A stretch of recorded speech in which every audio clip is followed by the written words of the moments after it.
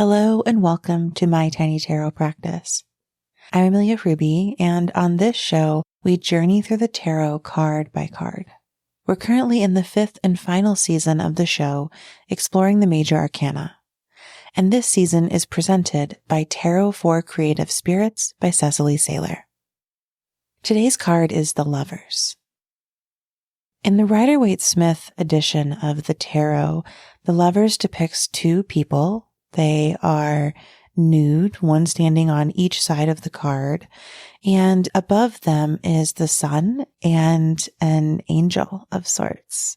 Figure with their arms and wings outstretched. They have brilliant red and golden hair, and they're wearing a blue or purple or gray tunic. It appears that there is a woman on the left of the card and a man on the right of the card, and many tarot historians will point out that behind the woman we have the tree of knowledge, and behind the man the tree of life. Not dissimilar to the Hierophant, in the Lovers we have three figures, one central and above the other two. But in the Hierophant we saw the two acolytes looking toward the Hierophant. We actually only see the back of the heads and shoulders of the acolytes. And with the Lovers, we see the two figures in full, and they appear to be looking at each other. Or at least the man looks at the woman looks up at the angelic figure in the sky. And I think in this card, in many instances, we're invited quite literally to think of love. This is often a card associated with marriage, with union, with relationships. It can be quite literal.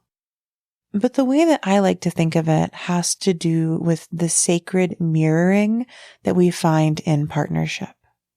When we meet people that we create deep, long-lasting relationships with, whether those be platonic, familial, romantic, these relationships become mirrors of ourselves. We see something of ourselves recognized in these people, and they show us images of ourselves that we may not quite be able to parse in our own daily experience of life. I love how Cecily Saylor puts it in the Creative Tarot that the Lovers is a card about intimacy, and that intimacy is an exchange. In the Lovers, we see this exchange of knowledge and knowing each other. Knowing and being known is an exchange. It's intimate. It can be pleasurable. It can be alienating. And when we take that risk, when we open ourselves up to that vulnerability, we will be seen in the deepest, truest ways, and also misrecognized by others who cannot see us for ourselves or who may be immersed in their own projections of the world. I've always found it interesting that the Lovers card includes three figures. And to me, that speaks to the fact that with the Lovers, it's not simply a commitment or a call toward another person. It is also a commitment and call toward love itself. Because love is what binds us to each other. And I think that in the most sacred cases, our love can be a sacred third between us. We each maintain our own individual essence, our own nature, and love is what brings us together. I've really learned from Rachel Pollack in this interpretation, and in 78 Degrees of Wisdom, she writes, "Through love, we not only achieve a unity with someone else, but we are given a glimpse of the greater meanings and deeper significance of life."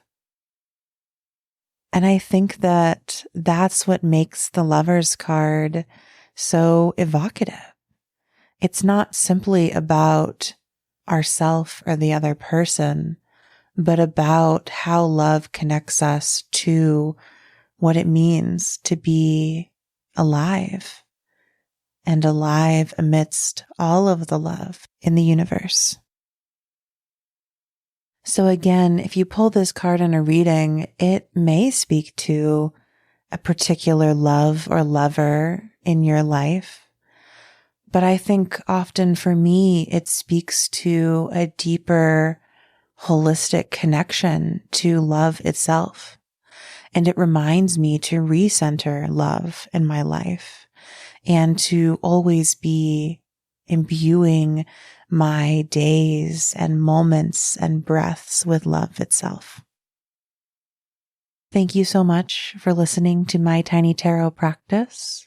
This season of the show is sponsored by Tarot for Creative Spirits by Cecily Saylor, which is an amazing book that provides creative prompts and reflections for every card in the tarot.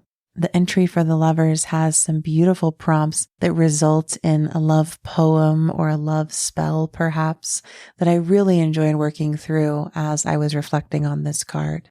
If you'd like to get your own copy of the book, you can head to the show notes for a discount code exclusively for My Tiny Tarot Practice listeners. I hope that you will take this opportunity to support the show by getting a wonderful tarot resource for your own practice and library. Thank you again for listening to this episode. May we all move closer to love.